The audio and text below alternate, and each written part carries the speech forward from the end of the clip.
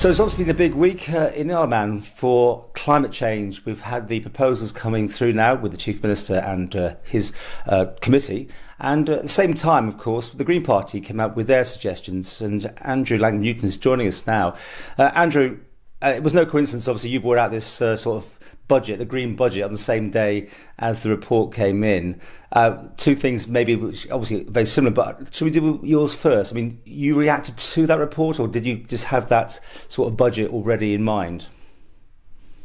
So, yeah, this document has been in the mind of the Isle of Man Green Party since May 2019, when the Chief Minister made his first climate emergency announcement.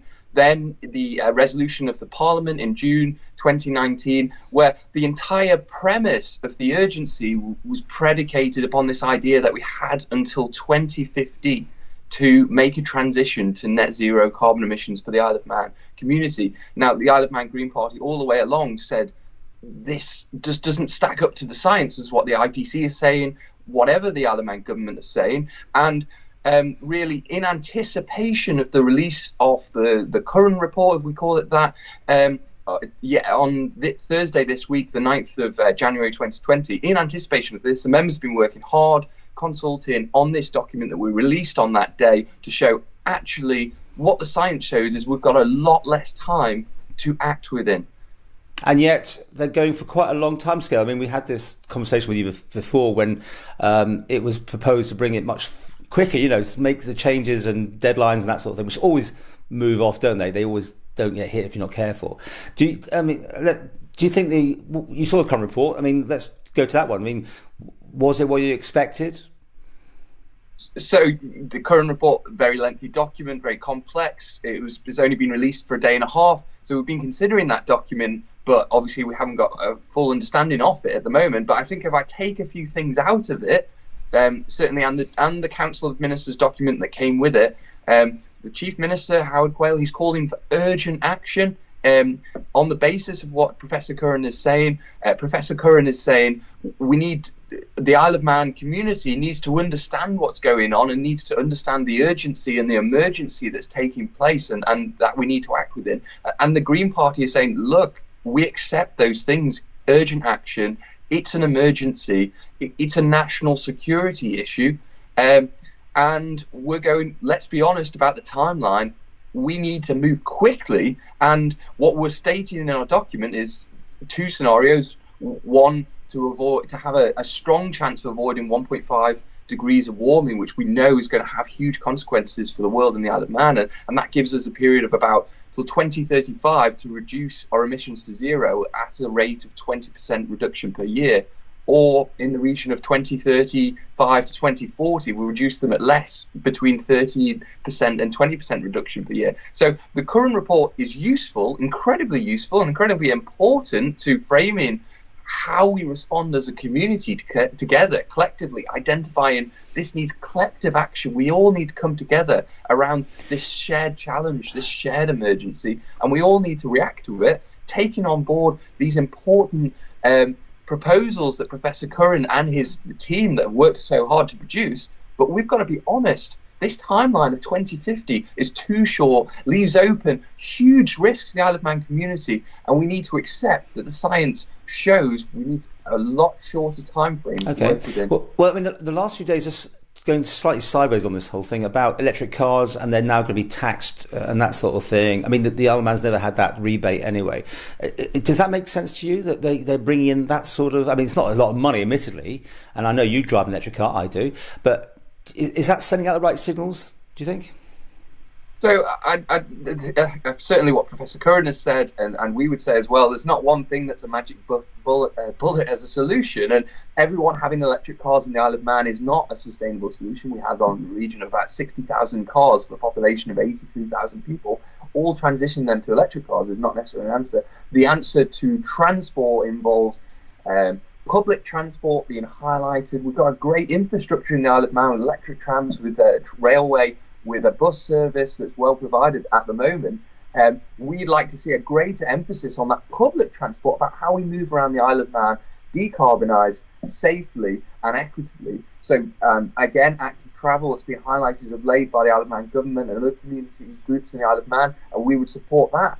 And then also electric transport, electrification of the bus transport is fundamental to that, and the expeditious electrification of transport. And then electric cars obviously play a solution. What the Isle of Man Green Party has said in the press recently is that we anticipate that infrastructure needs to be paid for, roads need to be maintained. So the idea about paying road tax is not just about decarbonising transport, incentivising decarbonised transport, but it's also about paying for the upkeep of the roads. So the idea about paying road tax we're not against that idea, so we accept that road tax is going to go up sooner or later, but it's still dramatically lower than what you might pay for a diesel or petrol car, so there's still a massive incentive to buy an electric car on that basis. But what we would like to see from the Isle of Man government is rolling out quickly the infrastructure to charge these cars where people don't have access to off-the-road parking so they can charge at home. And this seemingly is a great advantage to the Isle of Man government, who have a monopolistic structure for providing electricity. Will they not want to provide more electricity to cars?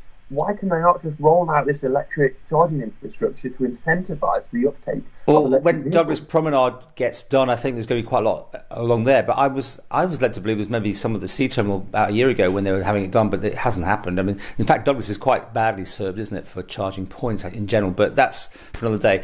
Can we just wrap it up in the sense of how do you, overall take the reports, the Chief Minister's conclusions, the current report, and how do you view it? I mean, it just you always said it already. Not quick enough. Basically, I think is what you're saying here, isn't it?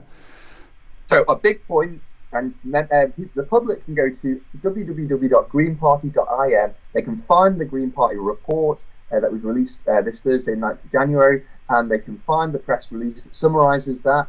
And they can understand the timeline is a lot shorter what the Isle of Man government is saying. This report is important. We applaud the work of the team to produce it and Professor Curran, and we're endorsing its object of decarbonisation of the Isle of Man. We're just saying it's massively not quick enough. In terms of the Isle of Man government and the Parliament, they've got an obligation now, a duty of care, to take those words and put them into action. That means stopping gas, stopping this hypocrisy of the idea that they're going to remove grass from the northwest of the island and sell that and increase global carbon emissions. It's going to have consequences for the Isle of Man as well as the rest of the world. And then also this idea that they're going to build, originally it was 5,200 houses or 5,100 houses on the Isle of Man by 2025. Now, since the inspectors report the Eastern Area Plan, that seemingly is going to be reduced, subject to TIMLD ratification. Those houses, they shouldn't have gas boilers or oil boilers. They need to have electricity, solar panels on the roof. They need to have heat pumps. They need to future-proof this Isle of Man. And this is what Howard Quayle, the Chief Minister, is saying in the Curran Minister summary. He's saying we can't take decisions now that are going to compromise the future. They call it a no-regret approach. Building all these houses by 2025 and then banning gas boilers or oil boilers, that's going to have huge consequences for the Isle of Man when the infrastructure is already set up to be burning fossil fuels. Okay, so if you're going to do a report card, and what would you give them out of 10? What score would you give what they're doing and how they're approaching it? I mean, the aspiration of 2050 for zero carbon emissions is a zero. I mean, that just doesn't stack up to the science. The approach set out about how we can decarbonise, that needs to be massively brought forward. But so we're still considering the document in detail. Many of the proposals we're absolutely endorsing, increasing electrification, increasing the use of heat pumps, for example, for household heating, increasing the provision of cars, planting trees. These are all important things that should not be a surprise to a community like the Isle of Man.